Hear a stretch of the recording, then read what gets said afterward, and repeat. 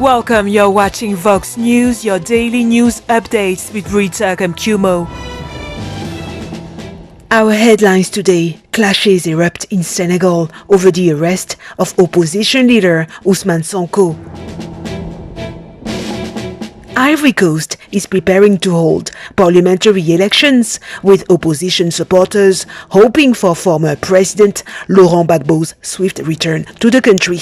Ghana and the United Kingdom sign a $1.6 billion trade agreement. Our top story today: violence broke out in Senegal's capital, Dakar, on Wednesday after influential opposition figure Ousmane Sonko was arrested by the police ahead of his scheduled court appearance to face rape charges. Mr. Ousmane Sonko has just been arrested by the gendarmes of the investigation section. He is accused of having disturbed public order, but we are taking public opinion as a witness. Mr. Sonko has not committed any act with a view to disturbing public order. He wanted to defer to the summons of justice, and you are all witnesses to that. We go to the court. They tell us which route to take. For better or for worse, we are organizing ourselves now. The peacekeepers are waiting for us on the ledge to throw stones at us, and the police want us to go through there, even though we have the right to take our own route. On the other hand, if there are dangers concerning our leader, we make our arrangements, and their duty is to protect us, to cover us until our leader arrives in court. Hundreds of supporters of the 46-year-old opposition leader had rallied in the capital, Dakar, before his due appearance before a judge for a rape charge he claims is politically motivated. We are here to support our leader, President Ousmane Sonko, but above all to fight for democracy, for freedom, for equality, for the rule of law. Forever we have been fighting. What we are trying to do is nothing other than accompany our president, Mr. Ousmane Sonko, who is a patriot like us, who is committed to the good of our country, Senegal, who embodies the rupture, good values, and who is today the hope of an entire people. Sonko finished third in the 2019 elections that saw President Macky Sall secure a second term in office and is considered a future presidential contender. In Ivory Coast, where the parliamentary elections are scheduled for Saturday, the much-anticipated vote is being overshadowed by former President Laurent Gbagbo, currently in Europe. This is a major challenge because there are certain constituencies in which President Gbagbo, who put us in mission with President Bédié, cannot lose. Yopougon is exactly such a case. Let's go to the elections and take back the power to give it back to whoever has the right to it in Ivory Coast. Go vote! Gbagbo's Ivorian Popular Front Party has ended years of electoral boycott, becoming the main force behind an opposition alliance fighting for seats in parliament. We think it's important for us to go to these legislative elections because we cannot yet allow the RHDP to exercise absolute power in Ivory Coast. Meanwhile, the ruling party aims to comfort its majority in the National Assembly following President Alassane Ouattara's re-election for a controversial third term in office. We must create the spider's web of victory to translate the resounding victory of the President of the Republic on October 31, 2020. But above all, to show national and international opinion that we are the largest party.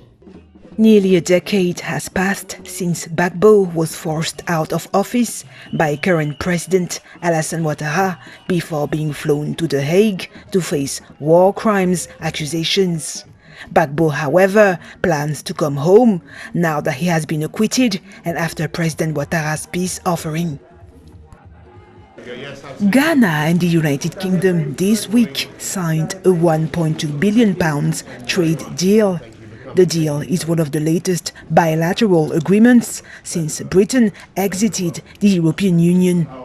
The agreement will grant duty-free and quota-free access for Ghana to the United Kingdom market and preferential tariff cuts for United Kingdom exporters to the Ghanaian market. Therefore, Ghanaian products like bananas or cocoa will be traced to Britain without tariffs. The deal will be effective when the procedures required in both countries are completed, according to British and Ghanaian authorities. In Rwanda, survivors of genocide, rape resort to therapy to cope with their trauma more than 25 years after the event. A moment of solidarity between women with a shared story. These 5 women were raped during the genocide of the Tutsis in Rwanda in 1994. Here in this support group, they can speak of their trauma for a few hours.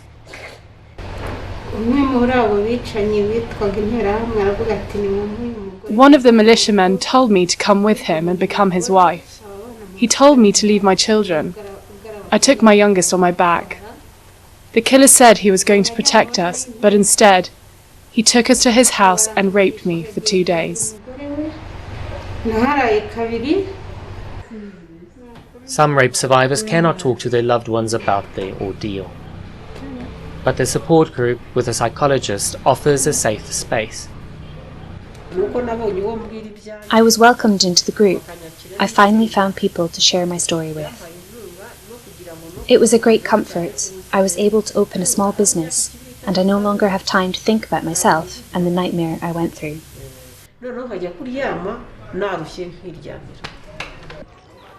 Almost 1 million, mainly Tutsi but also moderate Hutu people, were killed in the genocide in Rwanda. Studies suggest between 200,000 and 500,000 people fell victim to rape during the attacks.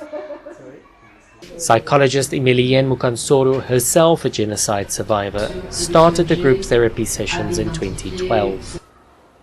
The need for support doesn't go away, she says. They have been listened to, they have been taken care of, but there is something that remains, and the life they are living today, their daily life, reminds them of what they went through. Society stigmatizes these women, even today. They get called names like the killer's wives, the Interahamwe's wives, the genocide perpetrator's wives. Then there are the children born out of rape during the genocide. They also carry shame, says Ibuka, an association that represents genocide survivors. These children are traumatized. They have incidences of trauma similar to their mothers. Legally, these children are not considered genocide survivors. Countless victims and few to treat them in Rwanda, which has no practicing psychiatrists. But in this group, a few women at least have taken brave steps toward healing. One story at a time. Algerians reacted on Wednesday after France acknowledged for the first time the murder of Algerian freedom fighter and lawyer Ali Boumendjel during the Algerian War for Independence from the colonial ruler in 1957. We value these measures in recognizing that France committed a crime against an Algerian lawyer. But we believe that this is not sufficient. France must recognize the crimes against humanity that it has committed in Algeria, which is killing many Algerians. On Tuesday, French President Emmanuel Macron admitted that French troops had tortured and murdered the then 38-year-old Algerian independence figure, then covered up his death as a suicide. The confession of killing of the martyr Ali Boumendjel is late, and it is a sample of the crimes that it commit in Algeria from 1830 to 1962. Crimes that are major crimes. This work, they want to make it a cover-up. From their admission to the killing of Boumendjel to others is all only a cover-up. We want France to recognize all the crimes committed in Algeria against the Algerian people, from bloodshed and transgression for a century and a half of the time during French colonialism. Macron admitted the assassination in the name of France during a meeting with Boumengel's grandchildren. His move comes after he sparked outrage in January when he refused to issue an official apology for crimes committed during Algeria's occupation by France.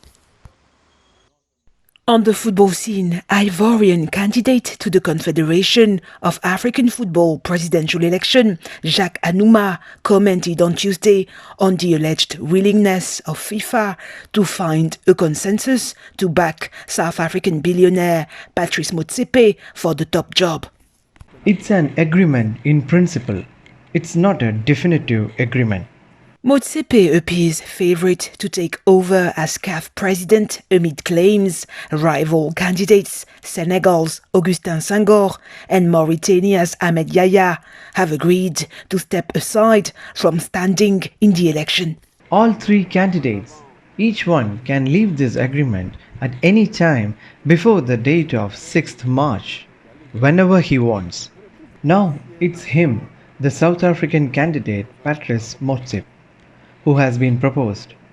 Now, if I am told, no, we don't agree, but if we don't agree, the only way is the election. That's what is democratic. Elections for the CAF presidency will begin in Morocco's capital, Rabat, on the 12th of March. That's it for today. Thank you for watching Vox News.